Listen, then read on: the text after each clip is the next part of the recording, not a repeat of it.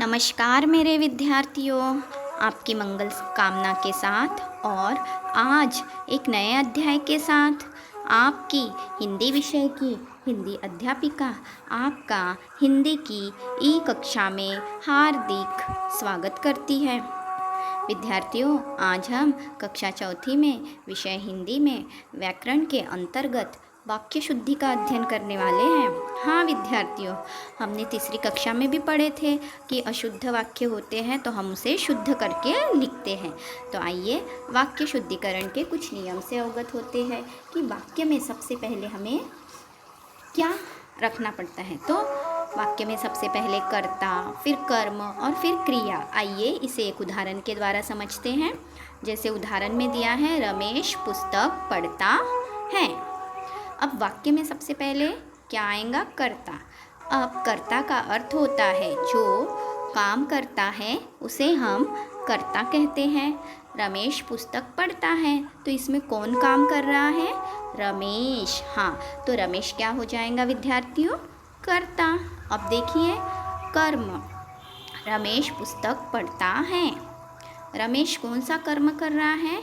पुस्तक का, है ना? अर्थात पुस्तक पढ़ने में उसका बल लग रहा है तो वह कर्म कहलाएगा। अब क्रिया, क्रिया क्या है? पढ़ना, अर्थात पढ़ता है तो रमेश पुस्तक पढ़ता है यह क्रिया कहलाएगा। जैसे खाना खाना, चलना, यह क्या कहलाएगा? क्रिया। लिखना, यह भी क्या कहलाएगा? क्रिया। तो रमेश पुस्तक पढ़ता है, रमेश करता है, पुस्तक कर्म है और पढ़ता है क्रिया। आइए अब हम और कुछ उदाहरण देखते हैं। पहले तो हम और कुछ अन्य नियमों से अवगत हो जाते हैं। जैसे वाक्य शुद्ध करते समय विद्यार्थी अनेक गलतियां करते हैं। हाँ, जैसे कि संज्ञा संबंधी, सर्वनाम संबंधी, विशेषण संबंधी, क्रिया संबंधी, ऐसी अनेक गलतियां विद्यार्थी करते हैं। कभी कभी वचन संबंधी, लिंग संबंधी भी हम अशुद्धियाँ करते हैं। तो अधिक से अधिक सर्वनाम संबंधी हम बहुत गलतियाँ करते हैं। तो आइए सर्वनाम संबंधी कुछ नियम जान लेते हैं। सर्वनाम शब्द के साथ को कारक विभक्ति चिन्ह का प्रयोग अगर हम करते हैं तो वह अशुद्ध कहलाएगा। कैसे? जैसे तुझको, यह तुझको, मुझको, हमको, अर्थात इसके साथ को लगने से यह अशुद्ध हो जाता है। इसे हम शुद्ध रूप में किस तरह से लिखेंगे? तुझे, मुझे, हमें। अब इसी तरह अन्य शब्द देखते हैं। इन, उन, जिन के साथ भी ने विभक्ति चिन्ह का प्रयोग अशुद्ध कहलाता है। जैसे इनने, उनने, जिनने। अर्थात हमें इन बातों का ध्यान रखना पड़ेगा कि लिंग, वचन, कारक तथा वर्तनी आदि की अनेक भूलें जो हम करते हैं जिनके कारण वह वाक्य क्या हो जाते हैं? अशुद्ध हो जाते हैं। आइए कुछ अशुद्ध वाक्यों को शुद्ध करते हैं हम। सीता ने चारा गाय को खिलाया, यह अशुद्ध है, इसे शुद्ध कीजिए। पहले कर्ता, फिर कर्म, फिर क्रिया। तो सीता ने गाय को चारा खिलाया। पहले चारा नहीं आएगा विद्यार्थियों, पहले गाय, तत्पश्चात चारा आएगा। दूसरा उदाहरण, रोगी को काट कर सेब खिलाओ।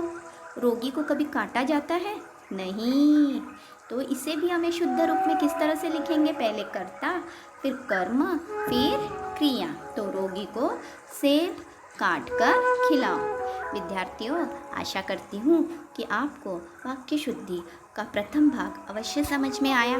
आइए जल्दी से अपनी कॉपी और पेन लीजिए और गृह पाठ लिखिए। हाँ, प्रश्न क, दिए गए वाक्यों में शुद्ध वाक्य लिखिए।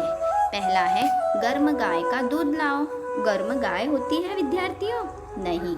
दूसरा, गाय का गर्म दूध लाओ। अब इसमें से आपको शुद्ध वाक्य चयन करके कॉपी में लिखना है।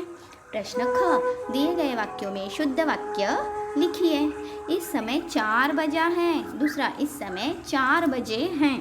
तो आपको इसमें से शुद्ध वाक्य लिखना है। ग, यह चित्र बड़ा सुंदर है। दूसरा, यह चित्र बहुत सुंदर है। घ, मुझे बड़ा आनंद आता है।